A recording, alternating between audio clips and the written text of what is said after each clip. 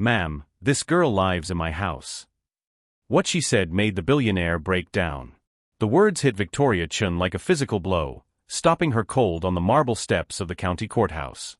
She turned slowly, her $3,000 Valentino heels clicking against the stone, and stared at the small girl standing before her, barefoot, wearing a faded yellow dress 2 sizes too big, clutching a crumpled missing person flyer in her trembling hands.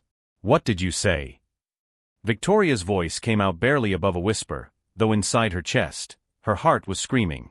The girl, no more than 9 years old with dark tangled hair and eyes too old for her face, pointed at the photo on the flyer with a dirt-stained finger. "This girl. The one you're looking for. She lives in my house with my mama." Victoria's knees nearly gave out. The flyer showed her daughter, Emma, 8 years old, missing for 14 months. 14 months of hell. 14 months of private investigators, police searches, sleepless nights, and endless prayers to a God who seemed to have stopped listening. The CEO of Chen Technologies, the woman who commanded boardrooms and closed billion-dollar deals without flinching, felt the world tilt beneath her feet. "Where?" The single word scraped Victoria's throat raw. "Where is she?" The girl glanced over her shoulder nervously, as if expecting someone to appear and drag her away. "I'm not supposed to tell nobody. Mama said if I talk, bad things happen." Her voice dropped to a whisper. "But that girl, she cries every night. Coals for her mama. And I see your picture on TV sometimes, crying too." Victoria dropped to her knees right there on the courthouse steps, not caring that her silk Armani suit was touching the dirty ground, not caring that people were staring. She grasped the girl's small shoulders gently. "Please. Please tell me where my daughter is. I'll give you anything. Money, a house, whatever you need. Just tell me where Emma is." The girl's eyes filled with tears. "I can't. Mama will hurt me." She thrust the flyer into Victoria's hands and started backing away. "But I left something for you. Under the bench. The one with the broken arm."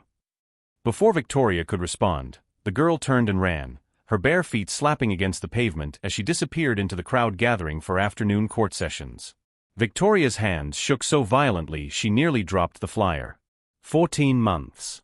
14 months since she'd come home from a business trip to find her house empty, Emma's bed cold, and a note from her husband Daniel saying he'd taken their daughter and disappeared. The divorce had been ugly, she'd caught him embezzling from her company, but she never imagined he'd do this. Never imagined he'd use their child as a weapon. The police had found Daniel 3 months later, dead from a drug overdose in a motel room 2 states away. But Emma? No trace. It was as if the earth had swallowed her whole. Now this girl, this stranger, was saying Emma was alive. Close enough that a child could stumble across her. Close enough that Victoria might have driven past her daughter 100 times without knowing. She stumbled to the bench, an old wooden one near the courthouse entrance where homeless people sometimes slept. The left armrest hung loose, barely attached. Underneath, wedged between the wooden slats, was a small plastic bag. Inside was a child's drawing. Crude, done in crayon on the back of a fast food napkin. But Victoria recognized it immediately. Emma had always drawn the same way, with the sun in the corner and flowers that looked like colorful circles on sticks. At the bottom, in shaky letters that made Victoria's vision blur, "Help me, Mama." The paper fell from Victoria's trembling fingers as 14 months of suppressed grief erupted from somewhere deep in her chest. She pressed both hands over her mouth, but the sob came anyway, raw and broken and devastating. People passing by gave her worried looks, but she couldn't stop. Couldn't breathe. Couldn't think past the fact that her baby was alive, was being held somewhere, was crying for her at night. "Ma'am? Are you all right?" A security guard approached cautiously. Victoria grabbed his arm with surprising strength. "I need the police. Now. My daughter, she's alive. Someone's holding her. I need every available officer searching right now." The guard's expression shifted from concern to alarm. "Ma'am, I need you to calm down and—" "I am calm." The words came out as a scream, echoing off the courthouse walls.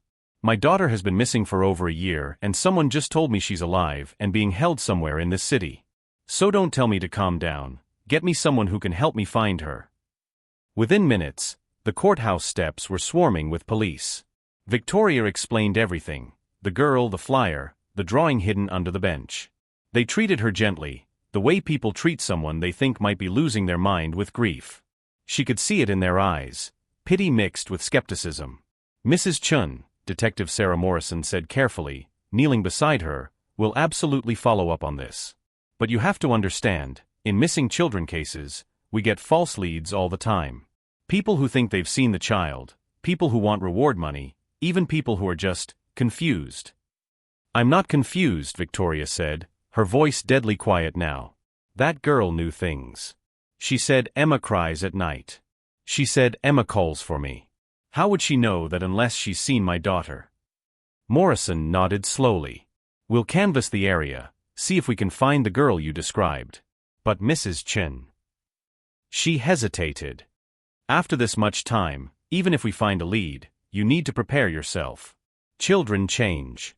Trauma changes them. The Emma you find might not be the Emma you remember." Victoria's jaw tightened. "I don't care if she's changed. I don't care if she doesn't remember me. I just need her back." But as the police dispersed to begin their search and Victoria sat alone on those courthouse steps clutching her daughter's crayon drawing, a terrible question whispered through her mind. Who was the woman who had Emma? And why would she keep a missing child hidden for over a year? The sun was setting, painting the courthouse in shades of orange and red, when Victoria's phone rang. Unknown number. She answered on the first ring. "Mrs. Chun." A woman's voice, raspy from cigarettes or maybe from years of hard living. "I hear you've been making quite a scene at the courthouse today." Victoria's blood ran cold. "Who is this?" "Someone who thinks you should stop asking questions. That little girl who talked to you? She made a mistake. A mistake her mother is going to correct." "If you hurt her," Victoria started, but the line went dead. She stared at the phone, her mind racing. The woman knew. Whoever had Emma knew that Victoria had been given information. Which meant the girl was in danger now. And Emma. God, what would happen to Emma if this woman felt threatened? If this story of a mother's desperate search for her missing child resonates with you, if you've ever felt the agony of losing something precious, stay with us. Because what Victoria is about to discover will shatter everything she thought she knew about her daughter's disappearance, and the truth waiting in the shadows is more devastating than she could possibly imagine. Subscribe to this channel, because the next chapter of this journey will show you just how far a mother's love can reach, even into the darkest corners of the human heart. The threatening phone call replayed in Victoria's mind as she sat in Detective Morrison's cramped office, surrounded by case files and cold coffee. 48 hours had passed since the girl approached her on the courthouse steps. 48 hours of watching every shadow, jumping at every phone call, barely sleeping. "We've canvassed a 3-mile radius around the courthouse," Morrison said, spreading photographs across her desk. Showed the sketch artist's rendering of the girl to every store owner, bus driver, and street vendor. Nothing. It's like she vanished into thin air. Victoria stared at the sketch, the sad eyes, the tangled hair, the face that haunted her dreams. "She's real. I didn't imagine her." "I know." Morrison's voice softened. "But Mrs. Chun, we need to consider the possibility that whoever has Emma saw you receiving information and moved her. If they felt threatened, then we're running out of time." Victoria's fingers clenched around the arms of her chair. "That woman on the phone said she was going to correct the girl's mistake. What does that mean? Is she going to hurt her? Kill her?" Morrison didn't answer, which was answer enough. Victoria's phone buzzed. Another unknown number. She answered immediately, putting it on speaker. "Mrs. Chun." The same raspy voice from before. "Still making trouble, I see. Police all over the neighborhood, asking questions, showing pictures. You really don't know when to stop, do you? Where's my daughter?" Victoria's voice shook with barely controlled rage. "If you've hurt her. Your daughter." The woman laughed, a sound like gravel scraping glass. "Honey, after 14 months, she's not your daughter anymore. She doesn't even remember you. Calls me mama now. Sleeps in my bed when she has nightmares. Eats at my table. You're just a picture on TV to her, some rich lady who abandoned her." The words struck like knives. "I never abandoned her. Her father took her. He died and left her with me. And I've been taking care of her ever since. Feeding her, clothing her, keeping her safe.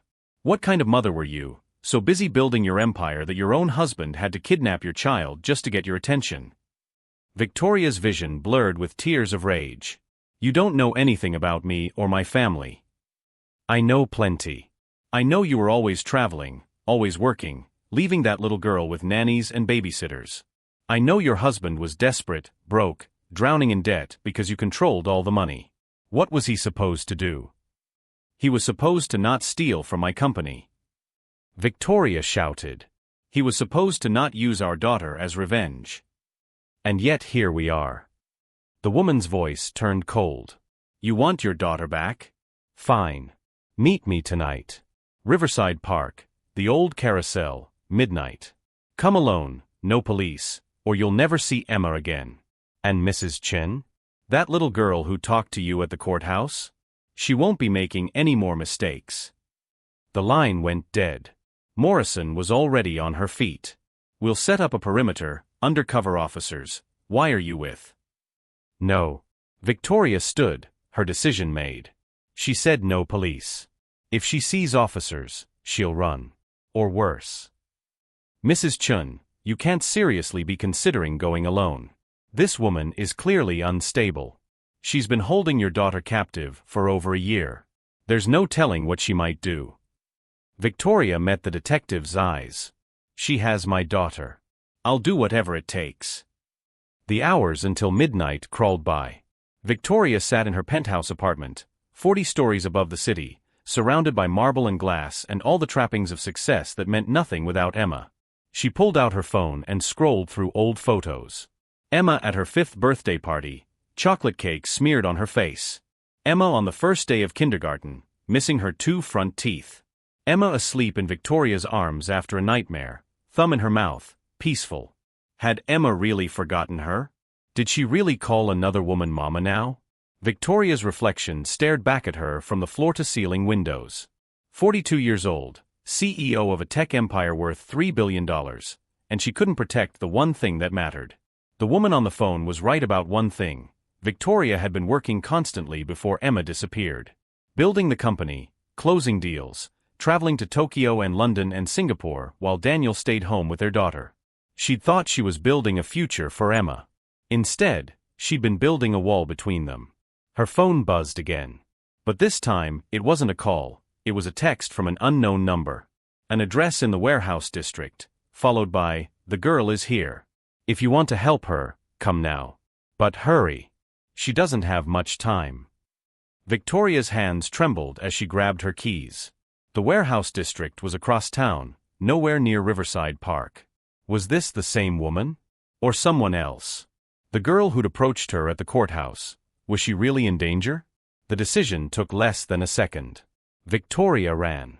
The warehouse was exactly as nightmarish as she'd imagined. Rusted metal, broken windows, the smell of decay and abandonment. Victoria's heels echoed on the concrete as she pushed through the half-open door, her heart hammering so hard she thought it might burst through her chest. "Hello." Her voice echoed in the vast empty space. "Is anyone here?" A whimper came from somewhere to her left. Victoria turned, squinting in the darkness, and saw a small figure huddled against the wall. The girl from the courthouse. Victoria ran to her, dropping to her knees. The child was trembling, tears streaming down her face, a purple bruise blooming on her left cheek. "Oh God. What happened to you?" "Mama found out I talked to you," the girl whispered. "She got so mad. Said I ruined everything. Said she was gonna teach me a lesson about keeping secrets." Victoria's jaw clenched. "Where is she now?" "I don't know. She brought me here and left. Said she was going to fix the mess I made." The girl grabbed Victoria's arm with surprising strength. "You have to get Emma out. Tonight. Mama's planning something bad. I heard her on the phone. She said if she can't keep Emma, nobody can." The blood drained from Victoria's face. "What does that mean?" "I think she's gonna hurt her. Maybe worse." The girl's eyes filled with fresh tears. "It's my fault. I shouldn't have told you. I couldn't watch Emma cry anymore. Couldn't watch her draw pictures of a mama she thought would never come for her." Victoria pulled the girl into a tight hug, her mind racing. The meeting at Riverside Park was a trap. Or a distraction. While the police set up surveillance there, while Victoria walked into whatever ambush awaited her, this woman would be doing something to Emma. She pulled out her phone to call Morrison, but the girl grabbed her wrist. She'll know. Mama always knows. She has cameras everywhere, people watching. If the police come, she'll know before they get close. Then what am I supposed to do? The girl reached into her pocket and pulled out a crumpled piece of paper. This is where we live. Where Emma is right now. Mama thinks I don't know she keeps a spare key under the third flower pot on the back porch. She leaves every night at 11 to get cigarettes from the all-night store. That's when you can get Emma out. Victoria stared at the address, her mind calculating odds and risks and consequences. How do I know this isn't another trap? You don't. The girl met her eyes, and Victoria saw something ancient and weary in that young face. But Emma drew you that picture. She remembered you enough to ask for help. That has to mean something, right? It meant everything. Victoria stood, pulling the girl up with her. Come with me. I'll take you somewhere safe, and then. No. The girl pulled away. Mama will know I'm gone. She'll move Emma before you can get there. I have to go back, pretend I ran away and came home on my own. Give you time. She'll hurt you again. I can take it. The girl's voice was steady, far too steady for a child. I've taken worse. But Emma, she's not like me. She wasn't made for this life. She still has hope. Please don't let Mama take that away from her. Before Victoria could argue, the girl ran, disappearing into the shadows of the warehouse like smoke, leaving Victoria standing alone with an address burning in her hand and a choice that could cost her everything. The clock on her phone read 10:47 p.m. If the girl was telling the truth, Victoria had 13 minutes to get across town to that address. 13 minutes before this mysterious woman returned and whatever slim window of opportunity existed slammed shut forever. She ran for her car, her phone buzzing with texts from Detective Morrison asking for updates, asking where she was, warning her not to do anything without backup. Victoria ignored them all. There was no time for backup. No time for plans or protocols or playing it safe. There was only Emma, somewhere in this city, crying for a mother who was finally coming to take her home. Victoria's Mercedes flew through red lights, her hands gripping the steering wheel so tightly her knuckles had gone white. The address led her to a neighborhood she'd never visited, not the desperate poverty of the warehouse district, but something worse in its ordinariness. Modest houses with peeling paint, overgrown yards, the kind of street where people minded their own business because survival meant not asking questions. She parked 3 houses down, killed the engine, and sat in the darkness watching. The house matched the address exactly, a small ranch-style home with faded blue shutters and a chain-link fence. Through the lit front window, she could see someone moving inside. A woman, medium height, brown hair pulled back in a messy bun. Victoria's phone showed 10:58 p.m. 2 minutes until the woman supposedly left for cigarettes. Her hands shook as she texted Morrison, "If you don't hear from me in 1 hour, the address is 347 Maple Street. Emma is there." She deleted the message 3 times before finally hitting send. If the girl was right about cameras and watchers, involving the police too soon could get Emma killed. But if something went wrong. The front door opened. Victoria ducked low in her seat as the woman emerged, pulling a worn jacket around her shoulders. She walked down the driveway, got into a beat-up Honda Civic, and drove away. Victoria counted to 60, then got out of her car. Her designer heels were useless for breaking into houses, so she slipped them off, feeling the cold pavement bite into her bare feet. She thought of the girl from the courthouse, always barefoot, always running. Maybe they weren't so different after all. The gate squeaked when she pushed it open, a sound that in the silent night felt loud as a gunshot. Victoria froze, waiting for lights to flip on, for neighbors to peer through curtains. Nothing. She crept along the side of the house, counting flower pots on the back porch. 3rd one from the left. Her fingers found the key exactly where the girl said it would be. Victoria stood at the back door, key in hand, and realized her entire body was trembling. 14 months of searching, of grief, of desperate hope had led to this moment. Behind this door was Emma. Or a trap. Or Emma's body. Or nothing at all. She inserted the key. It turned smoothly. The door opened without a sound. The house interior was dim, lit only by a television flickering in what looked like a living room. Victoria stepped inside, her bare feet silent on the worn linoleum. The kitchen smelled like cigarette smoke and something cooking, maybe soup or stew. Dishes were piled in the sink. A child's backpack sat on a chair, covered in cartoon characters. "Emma." Victoria whispered. "Emma, baby, are you here?" A floorboard creaked overhead. Victoria's head snapped up toward the ceiling. Second floor. She crept through the kitchen, past the living room where the TV played to an empty couch, and found the stairs. Each step felt like walking through quicksand. Her heart hammered so hard she was sure the whole neighborhood could hear it. At the top of the stairs, she found herself facing 3 closed doors. She tried the first. A bathroom, empty, grimy, the shower curtain torn. The second opened into what looked like the woman's bedroom. Unmade bed, clothes everywhere, an overflowing ashtray. The third door was locked. "Emma."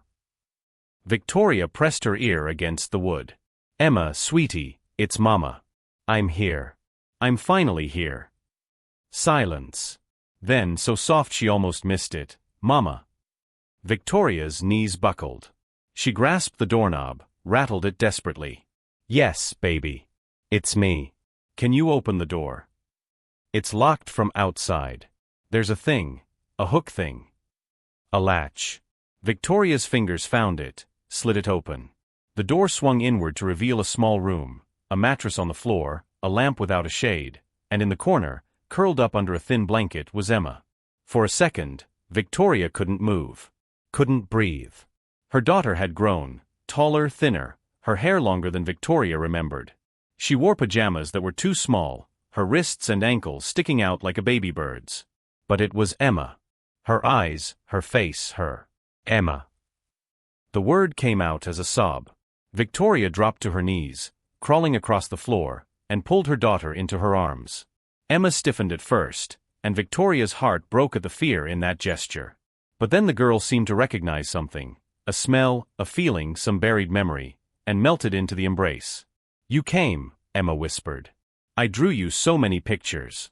I didn't think you'd really come. I've been looking for you every single day." Victoria was crying now, great heaving sobs that shook her whole body. "Every single day for 14 months. I never stopped. I never gave up. I'm so sorry it took so long. I'm so sorry." Emma pulled back, studying Victoria's face with those 2 old eyes. "Are you really my mama? Or are you just someone from TV?"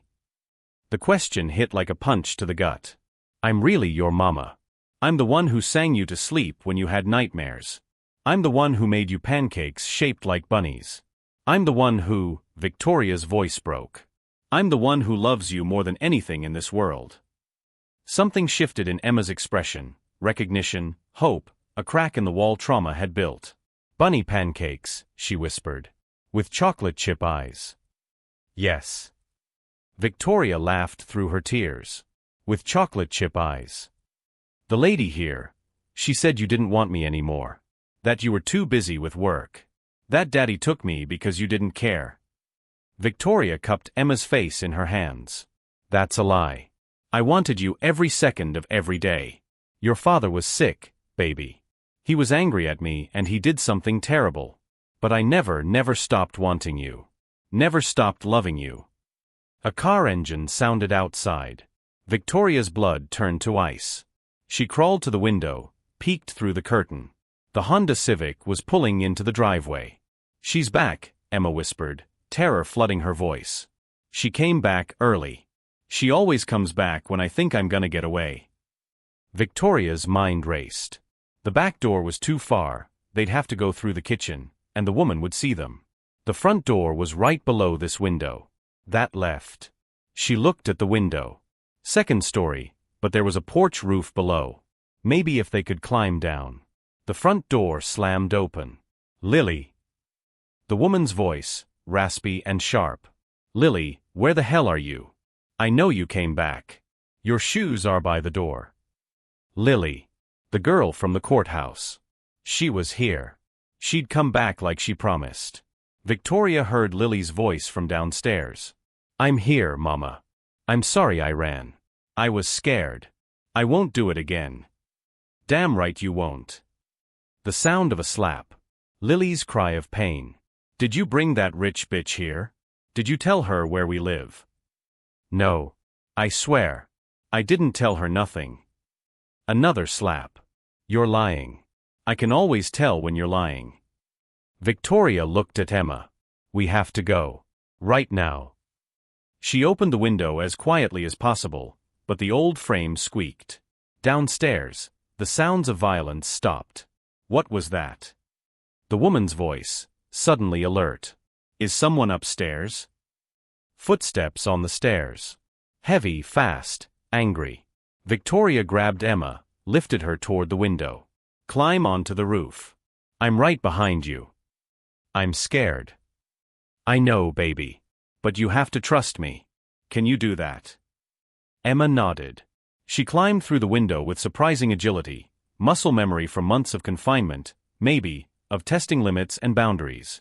Victoria followed, her bare feet finding purchase on the slippery shingles just as the bedroom door crashed open behind them.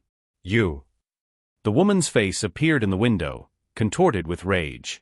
Not old, Victoria realized. Maybe early 30s, worn down by life, with eyes that held both desperation and something calculating. That's not your daughter anymore. She's mine. I've been taking care of her. You don't deserve her. Victoria pulled Emma close, inching toward the edge of the roof. You kidnapped a child. You held her prisoner. You made her think her mother abandoned her. Her father gave her to me. The woman was climbing through the window now. Daniel and we had an arrangement. He needed money for drugs. I needed a daughter. A real family. Not some throwaway kid like Lily. Emma was perfect. Smart, sweet, still young enough to forget. The pieces clicked into place. You knew Daniel. You bought Emma from him. I saved her from a junkie father and an absent mother. The woman was on the roof now, moving toward them. And I've kept her safe all this time. Fed her, clothed her, loved her. What have you done except throw money at investigators and cry on TV? Victoria reached the edge of the roof. Below, the drop was maybe 10 feet to the overgrown grass. Survivable, but risky. Behind her, the woman was getting closer. To her left, she heard sirens in the distance. Morrison must have gotten her text, must have sent backup. It's over, Victoria said. The police are coming. You can't run from this. The woman's laugh was wild, unhinged. Run? Honey, I'm not running. If I can't have Emma, you can't either. That was always the plan. She lunged forward. Victoria didn't think. She grabbed Emma, wrapped her arms around her daughter, and jumped. Victoria hit the ground hard, her body instinctively curling around Emma to absorb the impact. Pain exploded through her shoulder and hip, but she rolled, keeping her daughter protected. Above them, the woman screamed, a sound of pure rage and loss. Mama. Emma clutched Victoria's neck. Mama, you're bleeding. Victoria looked down. Her arm was scraped raw, blood mixing with dirt. But Emma was unhurt. That was all that mattered. She struggled to her feet just as the woman jumped from the roof, landing with surprising grace. You think you can just take her? The woman advanced, something glinting in her hand. A knife, small but sharp. After everything I've done? After I saved her from that junkie, kept her fed, kept her safe. Victoria pushed Emma behind her. You kept her locked in a room. You made her believe her mother abandoned her. That's not love. That's possession. What do you know about love? The woman's voice cracked. You were never there. Always working, always traveling. I've been there every single night. I held her when she cried. You bought her. Victoria's voice was ice. You paid my drug-addicted ex-husband for our daughter like she was property. And when your own daughter tried to do the right thing, you beat her. The knife wavered. For a moment, something human flickered in the woman's eyes. Shame maybe, or the ghost of who she used to be before desperation turned her into this. I just wanted a family, she whispered. Is that so wrong? Lily. She was a mistake. I was 16, stupid. Her father left. I really tried, but she was always difficult. Always too smart, always watching, always judging. But Emma. Her voice softened. Emma needed me. She was so small, so scared. And I could be the mother I never was to Lily. By stealing someone else's child? Victoria's anger blazed. By destroying my family to create yours? The sirens were closer now, maybe 2 blocks away. The woman heard them too. Her expression hardened. If I can't have her, you can't either. She raised the knife. I'll make sure of that. She lunged forward, but before Victoria could react, a small body slammed into the woman from the side. Lily, face bruised, lip bleeding, but eyes fierce, had thrown herself at her own mother. No. Lily screamed. I won't let you hurt them. Not Emma. Not anymore. The knife flew from the woman's hand, landing in the grass. Mother and daughter struggled, a tangle of limbs and desperation. Victoria grabbed Emma, pulling her farther away, shielding her eyes from the violence. Stop. Victoria shouted. Lily, get away from her. But Lily was beyond hearing. 14 years of abuse, of being called a mistake, of watching her mother love a stolen child more than her own daughter, it all erupted in that moment. She fought with the strength of someone who had nothing left to lose. Police cars screeched to a halt in front of the house, their lights painting the scene in red and blue. Detective Morrison jumped out, gun drawn, officers flanking her. Freeze. Police. Hands where we can see them. The woman shoved Lily away and bolted, running toward the back fence. But she'd barely made it 10 feet before 2 officers tackled her to the ground. She screamed and thrashed, still fighting even with her face pressed into the dirt. She's mine. Emma's mine. You can't take her from me. Morrison handcuffed her, reading her rights in a steady voice that cut through the chaos. The woman kept screaming until they loaded her into the patrol car, her voice finally muffled by the closed door. Lily sat in the grass, sobbing. Victoria set Emma down gently and went to the girl, kneeling beside her despite the pain in her own body. You saved us, Victoria said softly. You saved Emma. You saved me. Lily looked up, tears cutting clean paths through the dirt on her face. I just wanted to do something right. Something that wasn't a mistake. Victoria pulled her into a hug. You're not a mistake. You're brave. You're a hero. And I promise you, I will make sure you're taken care of. No more locked rooms. No more being hurt. That's over now. Morrison approached, her expression grim but compassionate. We'll need statements from both girls. And Mrs. Chun, you're going to need medical attention for that arm. Later. Victoria stood, wincing, and held out her hand to Lily. The girl took it. Together, they walked to where Emma stood, small and confused and traumatized but alive. Victoria knelt before her daughter. Emma, I know this is scary. I know you're confused. But I promise you, you're safe now. No one is going to hurt you anymore. No one is going to take you away from me again. Emma's voice was small. What about Lily? She doesn't have anywhere to go now. Victoria looked at the girl who'd risked everything to expose the truth. Barefoot, bruised, with nowhere to call home and no one to call family. The girl who'd approached a stranger at a courthouse because she couldn't bear to watch another child suffer. Then she'll come with us, Victoria said. If that's what she wants. Lily's eyes went wide. You do that? After everything my mom did. You're not your mother, Victoria said firmly. You proved that tonight. You showed more courage than most adults I know. And Emma clearly cares about you. So yes, if you want, you can come home with us. We'll figure out the legal details later, but tonight, you're not going into the system. You're coming somewhere safe. Morrison started to protest about protocols and custody, but one look at the 3 of them, battered, exhausted, clinging to each other, and she nodded. We'll work it out. For tonight, get them somewhere safe. As they walked toward Victoria's car, Emma reached up and took Lily's hand. We can share my room, she said shyly. I have bunk beds. Well, I used to. I don't know if Mama still has them. I do, Victoria said, her voice breaking. I kept everything exactly the way you left it. Your room is waiting for you, baby. It's been waiting for 14 months. They drove through the night-quiet streets, three damaged souls heading toward something that might, eventually, resemble healing. In the rearview mirror, Victoria watched Emma and Lily holding hands in the back seat, both girls finally allowing themselves to believe that the nightmare was over. Behind them, in that small house on Maple Street, police were already beginning their investigation. They'd find the locked room upstairs, the evidence of captivity, the notebooks where the woman had recorded every detail of Emma's new life.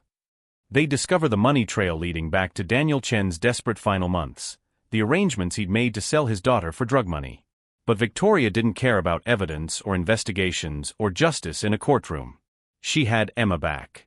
That was the only justice that mattered. 6 months later, Victoria stood in the doorway of Emma's bedroom, the same room that had sat empty and untouched for 14 months, now filled with life again. Emma and Lily were sprawled on the floor, coloring together, their heads bent close as they whispered and giggled over shared secrets. The bunk beds Victoria had mentioned that first night now held 2 sets of stuffed animals, 2 reading lights, 2 lives slowly learning to be normal again. Emma had claimed the top bunk, leaving the bottom for Lily, who still sometimes woke screaming from nightmares and needed to feel the solid ground beneath her. "Dinner's almost ready," Victoria said softly. 2 heads turned toward her, one blonde, one dark. Both smiling. That alone was a miracle. The road to this moment had been anything but smooth. Emma's first weeks home had been filled with confusion and rage. She'd had tantrums, pushed Victoria away, called for the woman who'd held her captive because that's who her traumatized brain remembered as Mama. The therapist said it was normal, that attachment worked in strange ways, that time and patience would help. She'd been right. Slowly, painfully, Emma began to remember. Real memories, not the ones the woman had tried to replace them with. The bunny pancakes. The songs Victoria used to sing. The way Victoria smelled like jasmine perfume.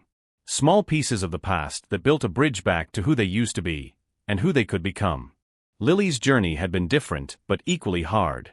Child Services had wanted to place her in foster care, but Victoria had fought, hired the best lawyers money could buy, pushed through emergency custody arrangements, refused to let the girl who saved Emma's life disappear into the system.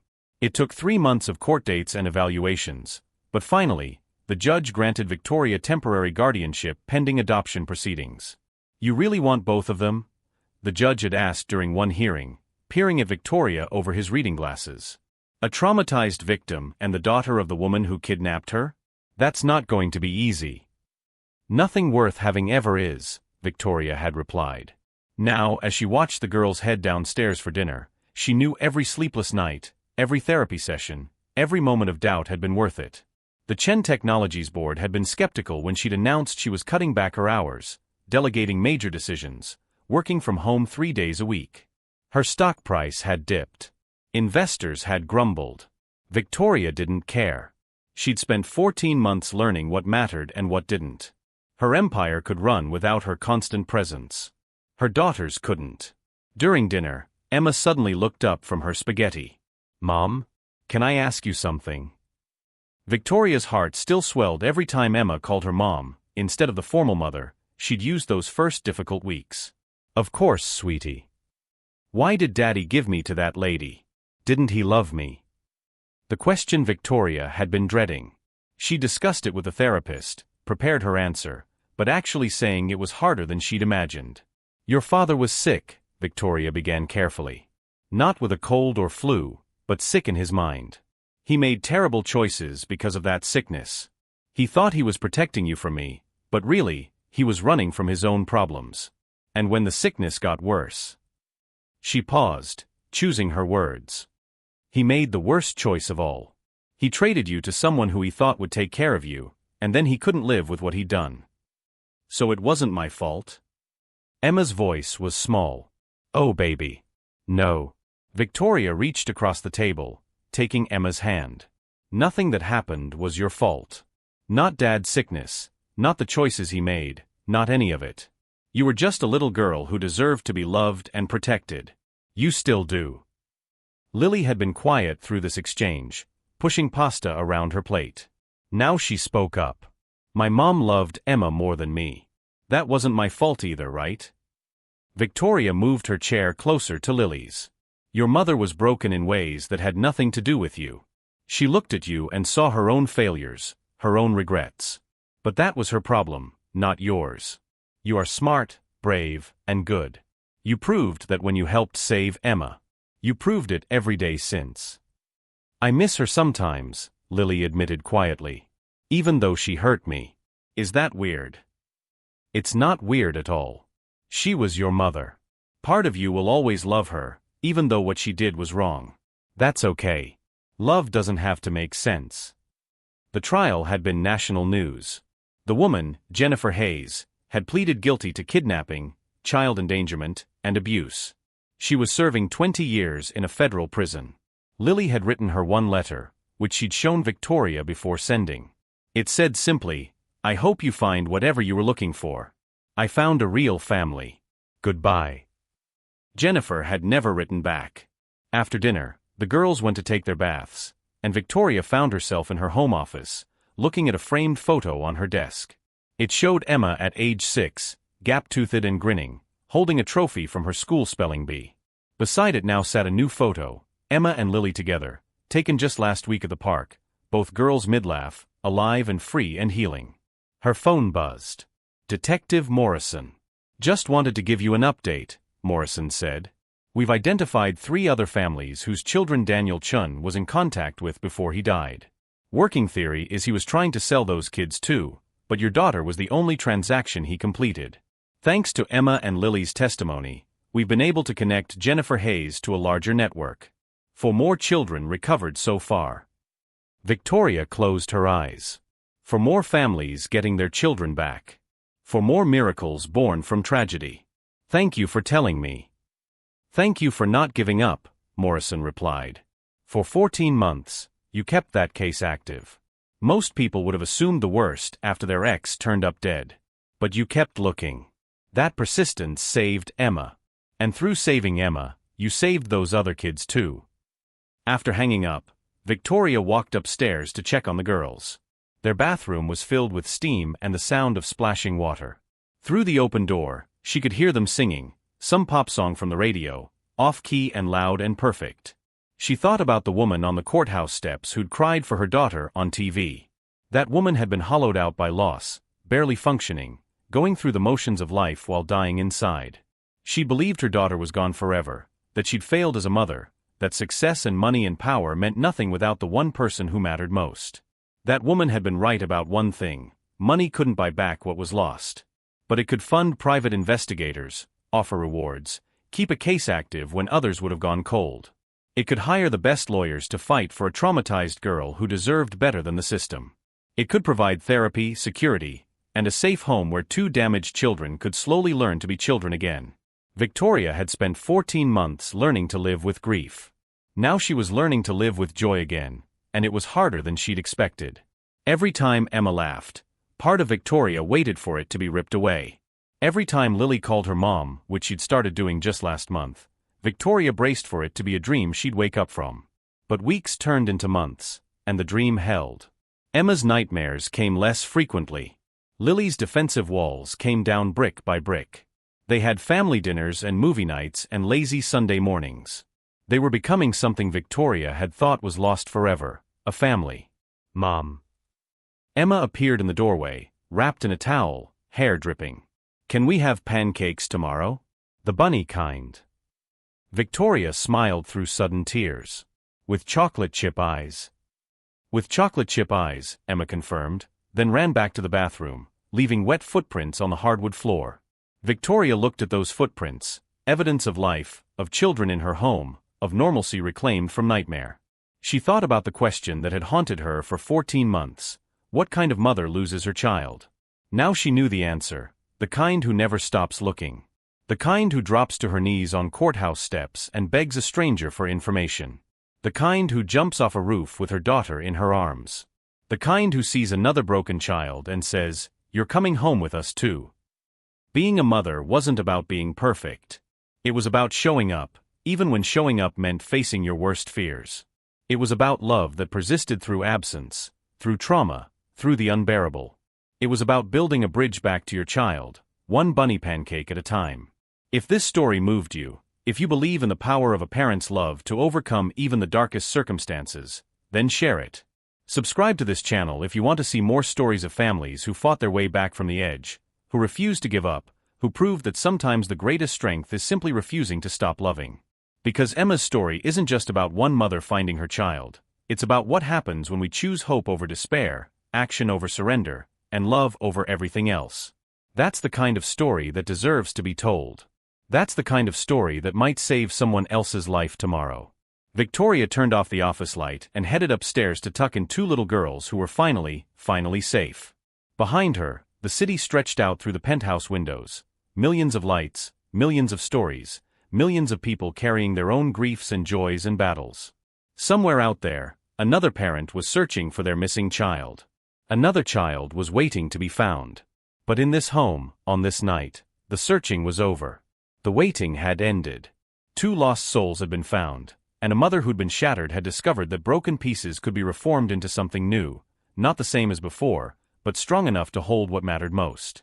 Emma's laughter drifted down from upstairs, followed by Lily's voice, "Your turn to pick the bedtime story." Victoria smiled and climbed the stairs toward her daughters, toward her future, toward the life she'd fought 14 months to reclaim. The nightmares weren't over, they'd probably never be over, not completely.